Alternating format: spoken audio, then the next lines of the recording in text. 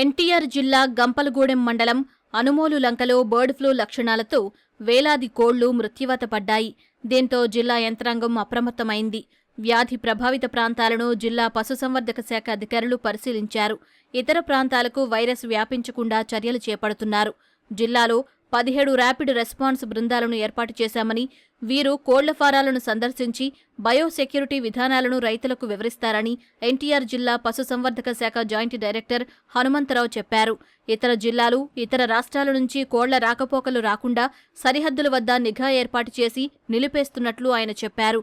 Bird flu వ్యాధి లక్షణాలు కనిపిస్తున్న నేపథ్యంలో రైతులు, కోళ్ల పెంపకందారులు తగిన జాగ్రత్తలు తీసుకోవాలని సూచిస్తున్న జాయింట్ డైరెక్టర్ హనుమంతరావుతో ఈటీవీ ప్రతినిధి సూర్యారావు ముఖాముఖి చూద్దాం.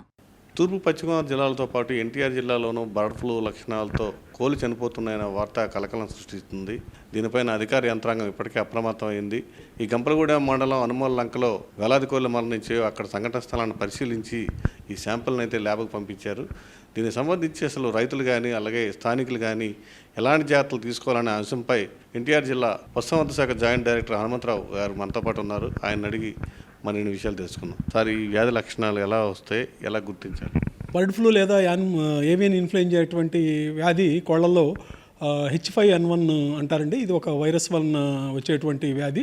ఈ వ్యాధి సోకినటువంటి కోళ్లలో తీవ్రమైనటువంటి శ్వాసకోశ ఇబ్బందులతోటి మరణించడం అనేది జరుగుతుంది. వ్యాధి తీవ్రతను బట్టి ఒక్కొక్కసారి లక్షణాలు ఏమి కనిపించకుండా కూడాను చనిపోవడానికి అవకాశం ఉంది. వ్యాధి తీవ్రత తక్కువగా ఉండటం కోసం అని చెప్పేసి ఇటీవల కొన్ని కంపెనీల వాళ్ళు బర్డ్ ఫ్లూ వ్యాక్సినేషన్ కూడా తయారు చేసి ఇవ్వటం అనేది జరుగుతుందండి. అది ఇప్పటి వరకు కూడాను ప్రభుత్వం వారి నుంచి ఎటువంటి అనుమతులు లేవు. ఈ కోళ్లలో వ్యాధి నిరోధక శక్తిని పెంపొందించుకోవడానికి ఇమ్యూన్ బూస్టర్స్ లాంటివి వాడుకోవటం, అదేవిధంగా వ్యాధి తీవ్రత తక్కువగా ఉన్నప్పుడు కనిపించేటువంటి లక్షణాలు ఏమిటంటే శ్వాసకోశం ఇబ్బంది ఉండటం, అదేవిధంగా కూమ్స్, వ్యాటిల్స్ ఎర్రగా మారటం, కొద్దిగా కోళ్ళు నీరసంగా ఉండటం అనే దాన్ని గమనించి వెంటనే యాంటీవైరల్ డ్రగ్స్ కనుక వాడుకున్నట్లయితే కొంతవరకు వ్యాధి తీవ్రతని తగ్గించుకోవచ్చు. ఎన్టీఆర్ జిల్లాలో ఒక గంపలగూడెం మండలంలో వచ్చిందా, లేకపోతే ఎక్కడైనా ఐడెంటిఫై చేశారా?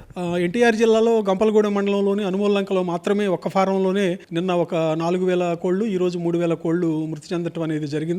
రెడ్ ఏరియా అంటే 1 కిలోమీటర్ల లోపు ఎటువంటి ఫారాలు లేవు కాబట్టి ఇంకెక్కడ కూడా ఈ వ్యాధి ప్రబలలేదండి. మేము జిల్లాలో ఒక 17 rapid response teams headed by veterinary doctor గారు ఏర్పాటు చేయడం జరిగిందండి.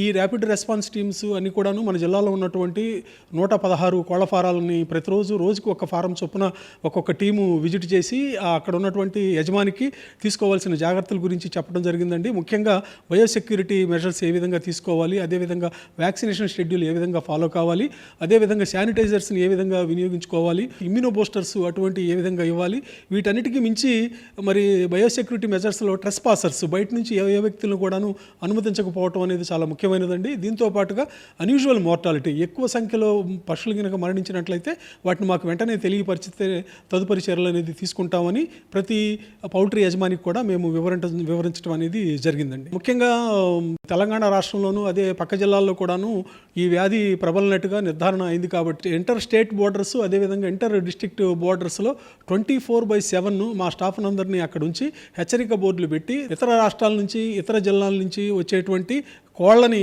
రవాణాని మేము నియంత్రించడం, అదేవిధంగా రిస్ట్రిక్ట్ చేయడం జరిగి ఆపివేయటం అనేది జరిగిందండి.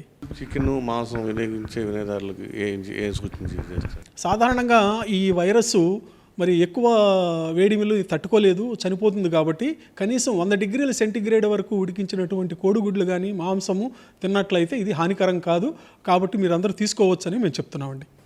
అంటే మనుషులకు వ్యాపించే అవకాశం ఉందా? ఈ H5N1 వైరస్ అనేది జూనోటిక్ వ్యాధి అండి. జూనోటిక్ వ్యాధి అంటే పశుపక్షాదుల నుంచి మనుషులకు సంక్రమించేటువంటి వ్యాధి కాబట్టి ఇది మనుషులు కూడా సోకటానికి అవకాశం ఉన్నది. కాబట్టి మరి ఈ వ్యాధి పట్ల అప్రమత్తతోటి ఉండాలనేటువంటి ఉద్దేశంతో కొంతమంది ఈ గుడ్లు, చికెన్ కూడా తీసుకోవద్దని అంటున్నారు. కానీ బాగా ఉడికించినటువంటి వాటిని తీసుకున్నప్పుడు ఎటువంటి ఇబ్బంది ఉండదండి. మరి ఇది బర్డ్ ఫ్లూ లేదా ఏవియన్ ఇన్ఫ్లుయెంజా అని నిర్ధారణ చేయటం కోసం అని చెప్పేసి భోపాల్లో ఉన్నటువంటి హై సెక్యూరిటీ ఇన్స్టిట్యూట్కి మేము శాంపిల్స్ పంపించడం జరిగిందండి. 2-3 రోజుల్లో ఈ వ్యాధి నిర్ధారణకు సంబంధించినటువంటి ఇన్ఫర్మేషన్ మనకు వస్తుందండి.